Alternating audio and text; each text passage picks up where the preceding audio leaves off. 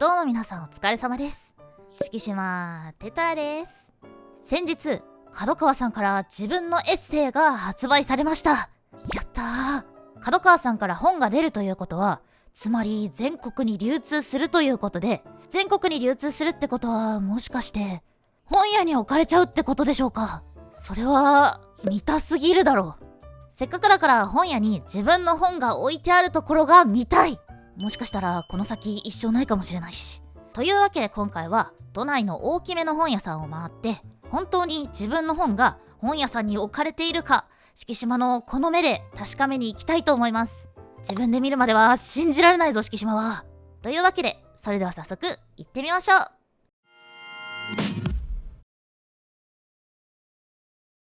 というわけで最初は神保町にやってきました。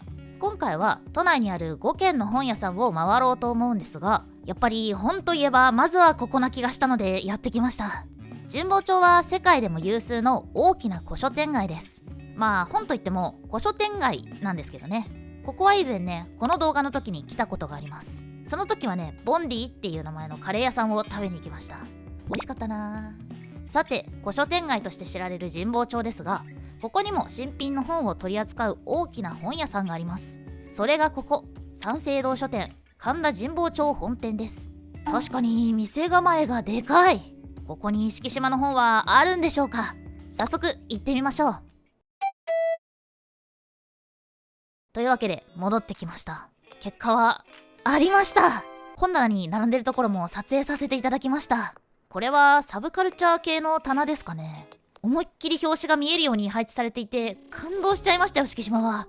これってつまりこれを持ってレジに行ったら本が買えちゃうってことですよね。やっぱり自分の本が本屋さんに並んでるところを見ると感動しちゃいますね。そして今回本屋さんを回るにあたって個人的に自分でルールを一つ設けました。それは自分の本があるないにかかわらず、立ち寄った本屋さんでは必ず一冊何か本を買うこと。というわけで三省堂書店さんでも買ってきました。今回はね、この本ゴートというものを買いました。このゴートっていう本は毎回一つのテーマに合わせていろんな方の小説だったりエッセイだったり対談とかをまとめた本になってるんですが、今回は食というテーマのこちらを買いました。他にも過去作だと悪とか美とかいろんなテーマの本があるんですが、最新がねこの食になっています。今回はクリープハイプの尾崎世界観さんだったり、あとは健太食堂さんも載ってるみたいですね。気になります。そしてね、この本のすごいところはなんかわけわかんないくらい安いとこなんですよね。一体どうやってこの本は採算を取ってるんでしょうか。謎だ。というわけで1店舗目、三省堂書店神田神保町本店さんでした。では次に行ってみましょう。はい、というわけで次にやってきましたのは大手町駅です。神保町からは東京メトロ半蔵門線から1本です。この辺りはまさにオフィス街って感じですね。さすがは日本の中心。背の高いオフィスビルが空に向かって伸びています。圧巻ですね。今回敷島が向かうのは丸の内オアゾという商業施設の中にあるこの書店、丸善丸の内本店さんです。というわけで早速行ってきます。はい、戻ってきました。ここはね、オフィス街にある書店だからなのか、1階は資格試験の本だったりビジネス書がたくさん配置されてましたね。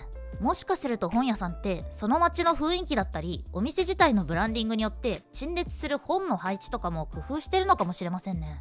そう考えると面白いですね。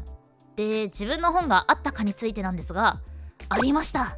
棚の撮影は NG だったんですけど、ありがたいことに本のポップを書かせていただくことになりました。敷島の本が陳列されている様子は丸善さんの X のアカウントからアップしてくださっていました。まさか自らポップを書かせていただけるとは思ってなくて、緊張で手が震えちゃってちょっとね線がゆらゆらになっちゃってます。そしてここで買った本についてですが、こちらです。旧ソビエト連邦を歩くという本を購入しました。星野愛さんという女性写真家さんによる旧ソ地域についての旅行記なんですけど、前にねとある飲食店でこの本が置いてあるところがあって、そこでねパラパラ読んでみたらねすごい興味深くて、この本欲しいなと思ってたんですよね。で、今日この本屋さん行ったら自分の本が並んでる棚の隣の棚くらいで偶然見つけて、あ、そうだこれ欲しいんだったと思って購入しました。これは家に帰ってからゆっくり読もうと思います。大手町から少し歩いて東京駅の方にやってきました。少し休憩しようかと思ってやってきたのはこちら、東京駅の地下にあるデポというお店です。ここはね、カフェとしても使える上に、なんと昼から酒が飲めるんですね。最高ですね。しかもここはですね、なんとスイングカランで札幌黒ラベルが飲めるんですよ。やったね。というわけで黒ラベルを注文しました。まあこんな美味しくないわけがないですよね。歩いて汗かいた後のビール美味しすぎます。それとご飯も食べていなかったので、ナポリタンの上にカニクリームコロッケが乗った欲張りセットも注文しました。これね、ナポリタンの麺がかなり噛み応えのある麺でめちゃくちゃ美味しいです。この食感すごい好みかもしれない。他にもね、ここは固めプリンだったり、あとはクリームソーダなどノンアルのカフェメニューも充実しています。店内もね、おしゃれだしゆっくりできてとても好きなお店です。ちなみにここは現金決済 NG なので、そこだけご注意ください。飲酒して元気が出たところで次に行きます。次はこちら、池袋駅にやってきました。池袋の街は結構雑多な印象です。最近で言うと駅前にヨドバシができたりしましたね。そんな池袋の街で敷島が行きたい書店がこちら、純駆動書店池袋本店さんです。外観からしてめちゃくちゃでかいですね。これ上まで全部本屋さんってことですよね。これは期待度高そうです。早速行ってみましょう。というわけで戻ってまいりました。結果はですね、ありました。公開用に動画も撮らせていただきました。ここでもう表紙が見えるように陳列してくださっています。いやもう感謝しかありませんね。純駆動書店はですね、とにかくでかかったです。でかかったからなのか、1階にあるレジのコーナーが広くてセルフレジが何個もあったので、レジ前ね結構並んでるなぁと思いつつもね、会計まではそんなに時間がかかりませんでした。というわけでこの純駆動書店さんで敷島が買ってきた本がこちら、背筋さんの汚れた聖地巡礼についてです。近畿地方のある場所についてなどで有名なホラー小説家背筋さんの本です。近畿地方とかは読んだことがあるんですけど、これは読んでなかったので今回買ってみました。夏といえばホラーということでね、ホラーはね敷島地味に結構好きなんで楽しみです。というわけで純駆動書店池袋本店さんでした。ここまで3店舗を回り終えて、ここからは後半戦ですね。次にやってきたのは新宿駅。新宿駅は何度来ても迷いそうになりますね。いろんな線が通ってるせいでダンジョン感がすごいです。 JR で来た時はいいんですけど、地下鉄で来ると本当に迷いそうになります。そしてこの新宿で行きたい本屋、それが紀ノ国屋書店新宿本店さんです。紀ノ国屋書店さんはそんな新宿駅からすぐの本屋さんです。ここも大きいですね。というわけで戻ってまいりました。結果はですね、なかったです。いや正確にはあったけど売り切れっていう感じでした。8階の漫画とか置いてあるエリアに VTuber の本のコーナーがあって、そこにね置かれてたみたいです。そこに見に行ったら売り切れですっていうポップが置かれていて、おそらくねここに敷島の本が置かれていたであろうという痕跡だけありました。売り切れのポップもそれはそれでレアだなと思って店員さんに取っていいか聞いたところ、どの本ですかって聞かれたんで、ディストピアの片隅でって言ったところ、あーって言われました。なんか上の句読んだみたいになっちゃった。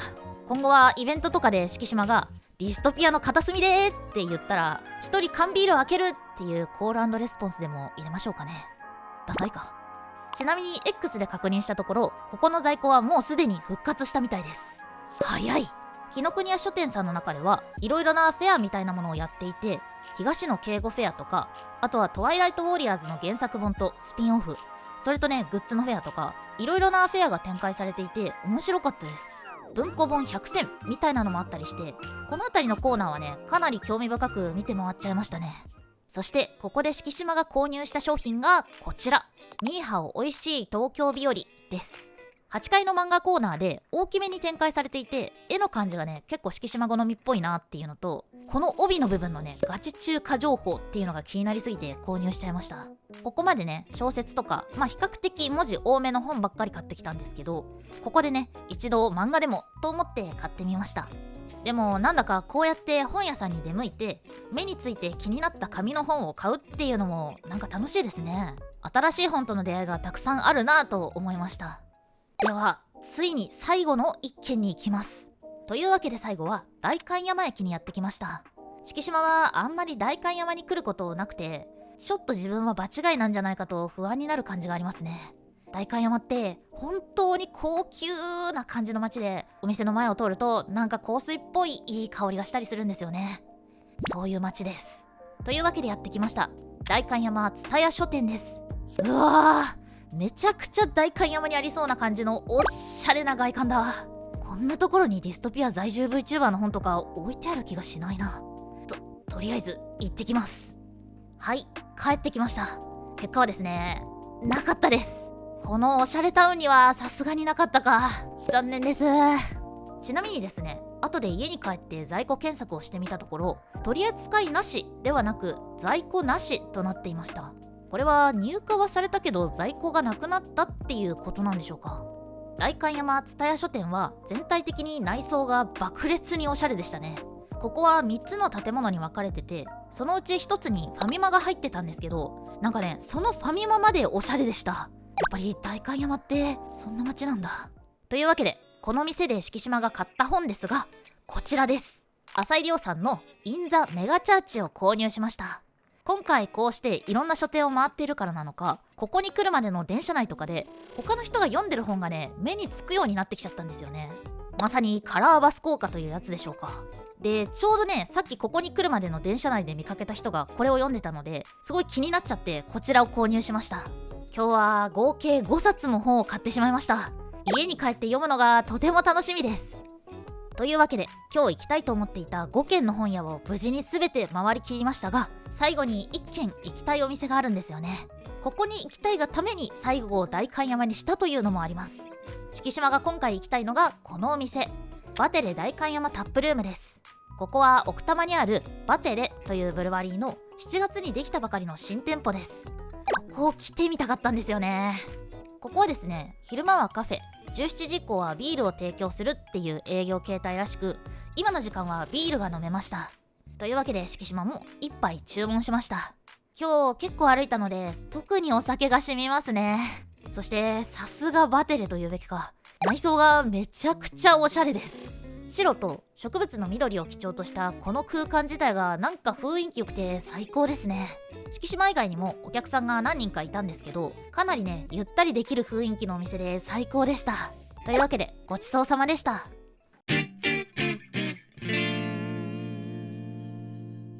というわけで今回は自分の本が本当に本屋さんにあるかを見に東京都内の本屋さんを巡ってみました。こうやって1日に何軒も別の地域の本屋さんをはしごすることなんて今までなかったんで、なんかね、とても楽しかったです。でね、そうやっていろいろ行ってみるとお店ごとに特色があって、それを比較するのもまた楽しかったです。気になる本もたくさん買えたので、これからゆっくり消化していこうと思います。お酒も飲めたし楽しかったです。というわけで今回の動画はここまで。また次回の動画で。ここからは敷島のエッセイディストピアの片隅で一人缶ビールを開けるの宣伝です。思いっきり宣伝させていただきます。今回のね、この本なんですが、紙媒体の想定がですね、非常に良くて、ぜひこの良さを伝えたいと思い、担当編集さんに想定の良さを語ってもらいました。この本はですね、エプロンさんっていう、お二人でやられているデザイン事務所があるんですけど、そこが想定を手掛けてくださってまして、でその方々がですね、すごい攻めたデザインがすごい得意なんですね。でまずカバーから見てみましょうかね。カバーよく見ると少し凹凸が縦横に入っていて、絹目絹豆腐みたいな、手触りがあります。すごいさらっとしていて、手触りもすごくいいです。この本はですね、中で紙を3種類使ってます。最初のところですね、ここが B7 ナチュラルっていう、4色のカラーの印刷が結構綺麗に見えるような、紙を使ってますね。中のエッセイパートですね、こういう風にして始まるんですけど、ここは2色刷りになってます。で、紙がちょっとさっきまでと雰囲気変わって、ソリストミルキーっていうちょっとクリーム色っぽい文章が読みやすい、目に優しい色で、こうエッセイが、1章チャプター1チャプター2と進んでいくんですが、途中から、色を変えています。これ特色2色っていうんですけど、こっち側のやつも、実は黒ではなくてちょっと青みが入っている、濃い紺色とオレンジになっているのが、ここから、ちょっと濃いめの焦げ茶色と青緑色の2色になっていっています。で、後半のチャプター3とチャプター4はまたちょっと本文の雰囲気も変えて続いていっているという感じですね。すごいこだわっていただいていますね。そう、よくこう特色2色で黒ともう1色を使って本文をデザインしていくっていうのはよくあるんですけど、これを途中でわざわざ切り替えちゃうっていうのはやっぱりなかなかやってないですね。あとこの辺に、見えるこれですね、トンボっていうんですけど、これ本来は印刷のここで切りますよっていう切るラインを、示すやつなんですけど、それをデザインとして使っています。すごいですよね。結構攻めてますよね。本来だったら本の中には登場しないものなんですけれど、敷島さんのちょっとインダストリアルな雰囲気とか、そういうのを内側に入れてみたいなっていうところでデザインしています。こういうあれですね、カラーのグレーディングみたいなのもデザインの中に入っているという感じです。いいですね。なのでこういうの詳しい人は、印刷ミスじゃないのみたいに一瞬思うかもしれないんですけど、これがこういうデザインなので大丈夫です。大丈夫です。でここで、3種類目の、紙ですね。でここからまたちょっと薄くてツヤツヤっとした紙になります。割と海外の雑誌とか、使われたりするような紙になって、ちょっとまた雰囲気が変わってきます。さっきまでのエッセイで、落ち着いて読みたいなっていうところから、いろんな情報が盛りだくさんのところに進んでこるという感じなので、電子で買ってくださっている方もいると思うんですけれど、本で見ていただけるとこういう質感なんだとか、ここでなんか紙違うじゃんみたいなのだとか、あとこのカバーの手触りとかですね、そういうところも含めて楽しんでもらえると思うので、ぜひね、せっかくなので紙でも手に取ってください。ぜひ。敷島テトラ初エッセイディストピアの片隅で一人缶ビールを開けるは現在発売中です。もしご興味があればぜひチェックしてみてください。それではまた。